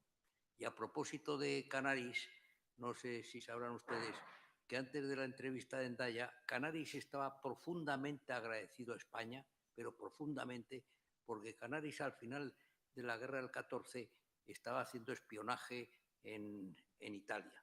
Y entonces sabía que le perseguían. Intentó ir a Suiza y no pudo, con un cura, por cierto. Y le cogieron. Y entonces le embarcaron en un barco en Ginebra, un barco español que iba a Valencia, pero hacía escala en Marsella. Y él sabía que lo iban a fusilar en Marsella. Y entonces, cuando estaban en aguas internacionales, Canaris era marino, y la marina en general en Alemania nunca fue nazi. Pidió hablar con el capitán y le dijo: mire usted, yo soy tal, mi honor de marino, era vicealmirante, le pido a usted que no haga escala en Marsella y que vayamos directamente a Valencia. Y eso es lo que hizo. Fue a Valencia y a los 15 días estaba en un submarino alemán y al mes estaba en Berlín. Y claro, le aleccionó a Franco en una entrevista en El Pardo, porque claro, no hay que olvidar que Hitler tenía 100 divisiones en los Pirineos. Hubiera sido un paseo. Y entonces le dio, y esto iba muy bien con el carácter de Franco, de pedir retardar, pedir excusas, que España no tenía ferrocarriles, que no estaba armada, luego una serie de peticiones sobre el norte de África, quería España, le pidió Marruecos, y claro, Hitler no quería enemistarse con Petén, que era el presidente de la Francia Libre. Entonces nadaba entre dos aguas y lo que consiguió pues fue retardar la decisión, y por eso dijo Hitler que jamás se quería volver a tener otra entrevista con Franco, porque como buen gallego se le escapaba. Pero Canaris fue un gran amigo de España. Bueno, 2 preguntas más, porque se nos echa la hora encima. Sí, buenas tardes. Muchas gracias por su exposición. Como ha expuesto, la vertebración del ejército republicano estaba hecha por los comunistas y no todos los generales eran comunistas, ni Miaja, ni Rojo, pero grandes espadas como Lister, Cahueña, Modesto sí eran comunistas. La guerra acaba en abril. El pacto Molotov-Ribbentrop se firma en agosto. Los comunistas siempre han recibido instrucciones de Moscú. ¿En qué medida podía hablarse de cierto abandono preconcebido por parte de este pacto? Gracias. No, los soviéticos hicieron lo posible porque ganara el Frente Popular, pero cuando vieron que no había nada que hacer, pues se fueron. Eso. Y lo mismo, ellos trataban de aislar a Alemania mediante pactos con las democracias, con Polonia, eso, pero Polonia, por ejemplo, temía más a los soviéticos que a los alemanes. Entonces, no, aquello no era posible. Entonces, en un momento dado, su posición cambió. Dice, ya que no podemos crear un frente común contra Alemania, pues vamos a crear un frente con Alemania contra los otros. Esto es porque para Stalin, además lo decía, está textualmente, decía, para nosotros no es importante si otro país es democrático o es fascista. Nosotros nos llevamos muy bien con la Italia de Mussolini. Para nosotros lo único importante son nuestros intereses. Y sus intereses pues eran, ante todo, que la guerra, él estaba seguro, dice, pronto estallará una nueva guerra como la anterior, y lo que hay que impedir es que estalle entre Alemania y nosotros, que estalle en nuestras fronteras. Si conseguimos que estalle entre Alemania y los otros, los ingleses y franceses, eso será muy bueno, porque la idea es que Europa quedaría medio destruida y eso sería una ventaja para la revolución y para Stalin. Él quedaría el árbitro y el amo prácticamente. Era la estrategia de Stalin, una estrategia muy inteligente por otra parte, ¿no? Y ahora al final no le salió tan bien. Al final le salió bien, en definitiva. Consiguió primero aliarse con Alemania y que la guerra estallase en el oeste, y luego cuando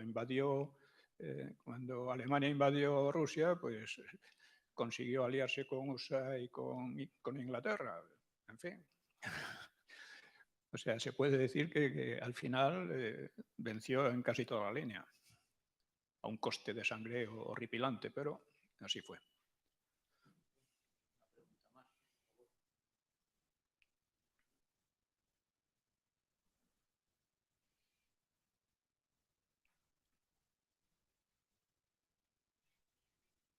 Gracias. Buenas tardes. Yo en general estoy de acuerdo con sus tesis y por qué perdió el Frente Popular la guerra, pero siempre me ha asombrado por qué razón el Frente Popular perdió la guerra, pero ganó de forma propagandística la posguerra. ¿Por qué el régimen de Franco, no sé hasta qué punto, si eso es mi pregunta, no supo apreciar el valor de una propaganda que verdaderamente... es que cuando yo estudiaba, por ejemplo, todo lo del oro de Moscú, incluso yo he oído a gente negar que eso hubiera pasado. Lo que pasó con el Vita, lo que pasó con muchas cosas, verdaderamente ha habido gente que lo ha negado hasta que ha sido imposible negarlo porque hay pruebas documentales. Como yo tengo relación familiar en México, yo he hablado cuando era muy jovencita con exiliados españoles en México, y era verdaderamente tierno. No reconocían el desastre que fue el Frente Popular y la parte de culpa tremenda que tuvieron en la guerra. Entonces, esa es mi pregunta. ¿Por qué Franco, de alguna forma, despreció el valor propagandístico que iba propagando una serie de cosas que no eran ciertas? Gracias. Bueno, Franco no despreció la propaganda. Lo que pasa es que la propaganda franquista fue muy inferior a la propaganda contraria. Tenían mejores propagandistas, vamos a decirlo así. Además, ocurrió una cosa, y es que con la Segunda Guerra Mundial, pues Franco quedó como aliado de los nazis. Lo presentaron así, a pesar de que no había participado en la guerra ni nada, ¿no? Y eso hizo que es todavía lo que está ocurriendo ahora, a pesar de que no tiene nada que ver con la realidad. Y eso le perjudicó mucho, pero no podía hacer nada en contra. Hizo lo que pudo, ¿eh? O sea, su diplomacia fue magnífica. O sea, cuando la ONU se prepara para aislar a España, que eso fue una decisión criminal, porque pretendía crear una gran hambruna, en el país. Se adelantó unos meses negociando con Argentina el envío de carne y de trigo, lo cual palió enormemente. Hubo hambre, pero quedó muy paliada. Después, España se encontró aislada en gran medida, pero venció ese aislamiento, lo derrotó. España es el único país de Europa Occidental, se puede decir, que no le debe nada ni al ejército useño ni al ejército soviético. Porque la verdad es que sin las victorias soviéticas, el desembarco en Normandía habría sido imposible. O sea, los alemanes tenían el 80% más de su esfuerzo bélico en Rusia. Si los useños y los ingleses tienen que enfrentarse con el total de la potencia alemana, vamos, habrían sido probablemente, o sea, los alemanes en inferioridad material muy grande habían dado a los ingleses unas palizas impresionantes, ¿no? Entonces, esa es la realidad. Estos países deben su democracia y su liberación al ejército useño y al ejército soviético. España no tiene esa deuda para nada. Deben también su reconstrucción económica en gran parte al Plan Marshall. España no lo recibió, se reconstruyó con sus propias fuerzas. Eso es una fuerza moral y una baza moral importantísima, que nadie la plantea así, pero es así. Además, fue una reconstrucción dentro de las tremendas dificultades, una reconstrucción real. O sea, yo he dado los datos estadísticos de los años 40 y son significativos, ¿no? O sea, uno de ellos muy, muy elemental, pero es la esperanza de vida al nacer. En la República era de 50 años y era una de las más bajas de Europa. En los propios años 40, en 1950, era ya de 62 años. Todavía era más baja que la media europea. Pero al final del franquismo era la más alta de Europa después de la de Suecia. Y eso implica muchísimas cosas económicas más. Ya Franco, en su primer discurso, después de la guerra, dijo que combatir la mortalidad infantil iba a ser una de las prioridades del régimen. Y efectivamente así fue. Y eso significaba pues muchas cosas más. La higiene, la medicina, en fin, todo, 1000 cosas más. Ahora, propagandísticamente no supo sacar partido de ello. En gran parte fue así, pero es que para hacer propaganda buena hace falta tener gente un poco artista y un poco falta de escrúpulos. Y aquí yo creo que talento había poco en ese sentido.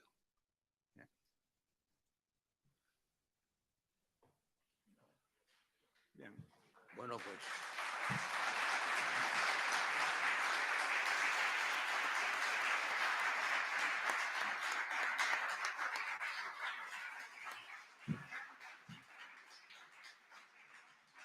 Gracias a todos, en especial a mis compañeros, y se da por terminado este brillante acto, que necesitaría otros muchos más para explicarnos estos difíciles años. Pero en fin, es lo que hay. Muchas gracias.